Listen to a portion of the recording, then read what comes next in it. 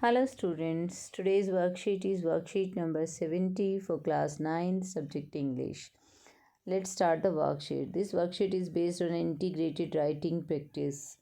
So writing practice 1 is given here, diary writing 100 to 120 words. Imagine you are Prashant from a story in your textbook Weathering the Storm in Irsama. You have just arrived back to your village and found your family is alive and safe at Red Cross shelter. Write a diary entry explaining your feelings when you saw them safe. You can also write about how you felt afterwards looking at the living conditions in and around the shelter. तो इसमें हमें ये दिया गया है कि आप कल्पना कीजिए कि आप प्रशांत हैं। जो कहानी आपकी टेक्स्ट बुक में दी गई है वेदरिंग द स्टॉर्म इन इरसामा, उसके प्रशांत आप हैं। आप अभी अभी अपने गांव में पहुंचे हैं। आपने जब अपनी फैमिली को जिंदा पाया है, सेफ पाया है रेड क्रॉस शेल्टर में, तो आपकी फीलिंग्स को आपको एक्सप्लेन करना है कि आपको क्या फ़ील हुआ डायरी एंट्री में। और आप लिख सकते हैं कि बाद में आपको लिविंग कंडीशंस जब आपने देखी अराउंड द शेल्टर तब आपको कैसा फ़ील हुआ। तो ये अपनी फीलिंग्स आप इसमें मेंशन करेंगे। तो आइए स्टार्ट करते हैं। और सेकंड राइटिंग प्रैक्टिस भी दिया गया है इसके अंदर। सेकंड राइटिंग प्रैक्टिस में हमें दिया गया है story writing. Let us look at the picture given below and write a story based on what you see. You can include your own characters, but the setting has to be based on a super cyclone, just like the one you read about in Weathering the Storm in Irsama. देखिए, आपको picture दी गई है, आपको ये picture देखनी है और एक स्टोरी बनानी है इसके ऊपर। और आप इंक्लूड कर सकते हैं कैरेक्टर्स अपनी मर्ज़ी से, लेकिन सेटिंग आपकी सुपर साइक्लोन की रहनी चाहिए, जैसा कि आपने चैप्टर में पढ़ा है वेदरिंग द स्टॉर्म इन इरसामा। तो उसी तरह की कोई स्टोरी आपको डेवलप करनी है। देखिए, पूरा डिस्ट्रक्शन का सीन दिखाया गया है कि सब घर टूटे फूटे पड़े हुए हैं, सब कुछ तहस नहस है। तो ये साइक्लोन के से जो डिस्ट्रक्शन हुआ उसका सीन दिखाया गया है। तो इसी पे बेस्ड हमें एक पिक्चर डिस्क्रिप्शन पे स्टोरी लिखनी है।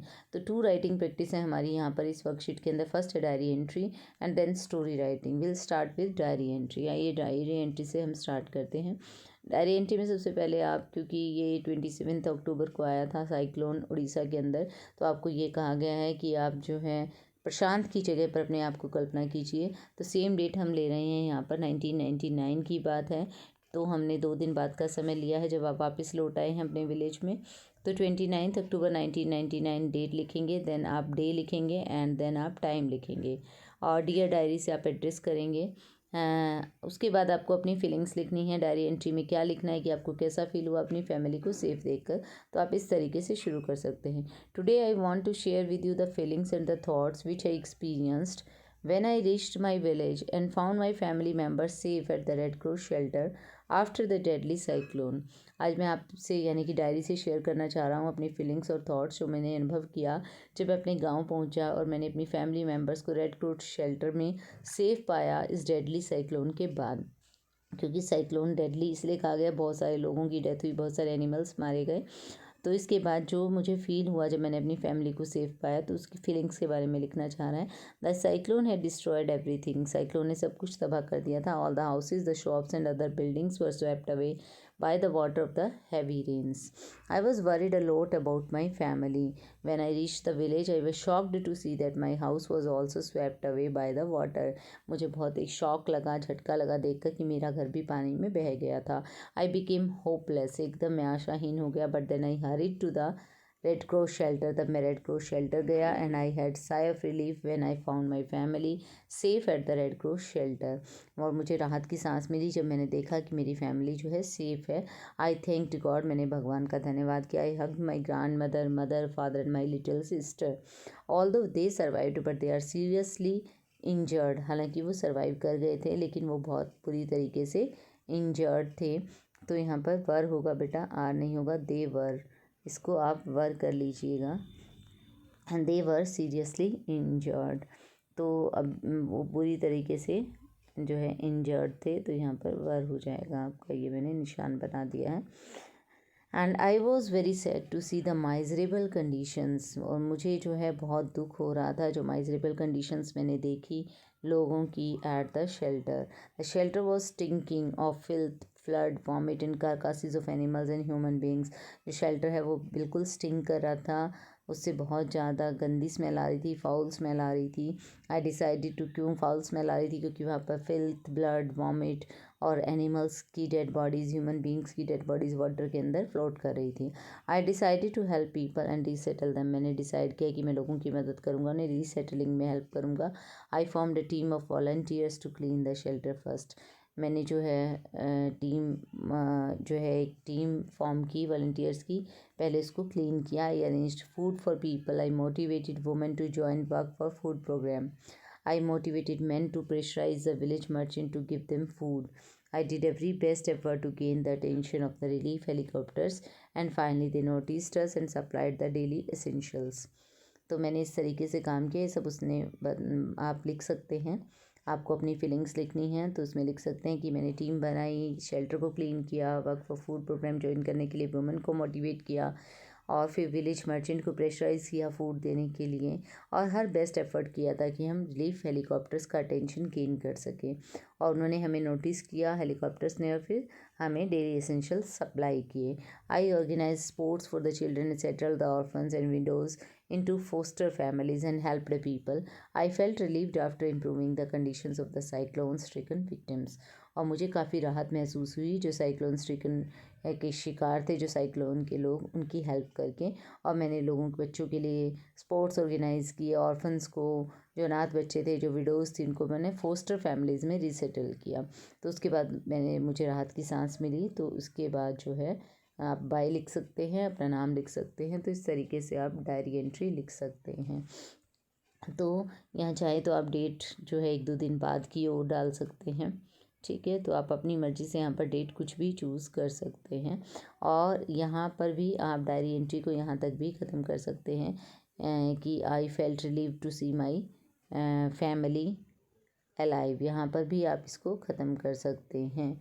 चाहे तो यहाँ तक आप लिखें, यहाँ तक I decided to help people and resettle them. अगर आप चाहते हैं कि इतना लंबा हमें नहीं लिखना है तो आप यहाँ पर भी इसको ख़त्म कर सकते हैं। तो जैसा आप चाहें इसको कंप्लीट कर सकते हैं, या फिर यहाँ पर भी आप इतना भी लिख सकते हैं। आप कुछ और ऐड करना चाहते हैं तो वो फीलिंग्स भी अपनी ऐड कर सकते हैं। देन हम आते हैं स्टोरी राइटिंग पे। अब हमें स्टोरी राइटिंग कैसे लिखना है, तो स्टोरी राइटिंग के लिए देखिए हमने सबसे पहले स्टोरी राइटिंग, उसके बाद आप जो है स्टोरी राइटिंग में हमें टाइटल भी देना होता है, ठीक है। तो आप कोई भी टाइटल यहाँ पर दे सकते हैं जो आप चाहें, क्योंकि ये साइक्लोन रिलेटेड है तो आप जो है ऐसा ही टाइटल दे सकते हैं। कुछ भी आप लिखना चाहें, द हॉरिबल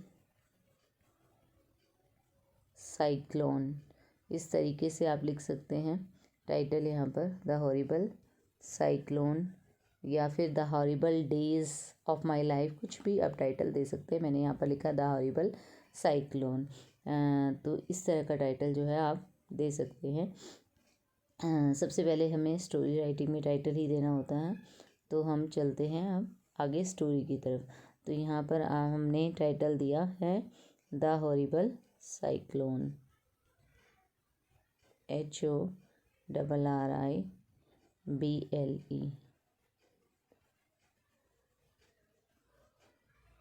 नेक्स्ट हमने लिखा है once upon a time there was a boy named Arvind. एक बार की बात, एक अरविंद नाम का लड़का था।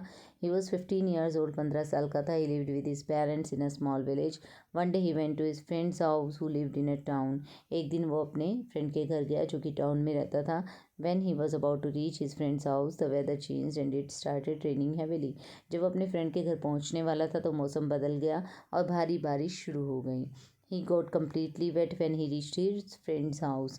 जब वो अपने फ्रेंड के घर पहुंचा तो वो पूरी तरह से भीग चुका था। तो पूरी तरह से भीग चुका था बारिश के अंदर। इसीलिए उसके बाद देखिए क्या होता है उसके बाद। He stayed there for one day but the rain did not stop. वो वहाँ पर एक दिन तक रुका रहा लेकिन बारिश बंद नहीं हुई। It rained continuously and resulted into super cyclone. लगातार बारिश होती रही और वो सुपर साइक्लोन में बदल गई, चक्रवाती तूफान में बदल गई। The wind was blowing at the speed of 350 kilometre per hour. हवा इतनी स्पीड से बह रही थी 350 किलोमीटर प्रति घंटे की स्पीड से। And the continuous rain resulted into flood. और लगातार जो बारिश हो रही थी भारी, वो भी बाढ़ में बदल चुकी थी। There was water everywhere. चारों तरफ पानी भर चुका था। Arvind and his friend family had to spend 2 days on the roof in such bad weather. Arvind और उसके फ्रेंड की फैमिली थी, उन्हें 2 दिन तक छत पर बिताने पड़े क्योंकि ख़राब मौसम था। इतने ख़राब मौसम में उन्हें, क्योंकि चारों तरफ पानी भर गया था। After 2 days when the rain stopped, Arvind decided to go back to his village. जब 2 दिन बाद बारिश रुकी तो अरविंद ने तय किया कि वो वापस अपने गाँव जाएगा। He was worried about his family, उसे अपने परिवार की चिंता हो रही थी। His friend also accompanied him, उसका फ्रेंड भी उसके साथ गया। The cyclone has caused destruction everywhere, इस साइक्लोन ने चारों तरफ तबाही ला दी थी। There was waist deep water everywhere, चारों तरफ कमर तक पानी भरा हुआ था। They had to locate the road with the help of long stick, लंबी सी लाठी लेकर उन्हें लोकेट करना पड़ा रोड को, कहाँ कहाँ पर सड़क है। As they waded through the water they saw dead bodies of human beings and animals, जैसे वो पानी को चीरते हुए जा रहे थे तो उन्हें डेड बॉडीज दिखाई दे रही थी, ह्यूमन बींग्स की, एनिमल्स की। Arvind was losing hope but his friend consoled him, Arvind जो है आशा छोड़ता जा रहा था लेकिन उसके फ्रेंड ने उसे काफ़ी कंसोल किया। तो finally they reached the village, Arvind found that his house was swept away with all other houses. वो अंत में जो है विलेज में पहुँचे और उसने देखा उसका घर भी बह गया था बाकी के घरों के साथ। He ran to Red Cross shelter to find his family, family को ढूंढने के लिए वो शेल्टर में गया।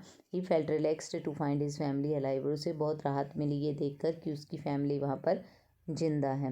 But he was very sad to see the miserable conditions of the people at the shelter, लेकिन वो बहुत उदास हो रहा था देखकर कि लोगों की कंडीशन जो है वो बहुत ही माइजरेबल थी वहाँ पर शेल्टर के अंदर। He decided to help people, his friend also helped him. They cleaned the shelter, then arranged food for the people.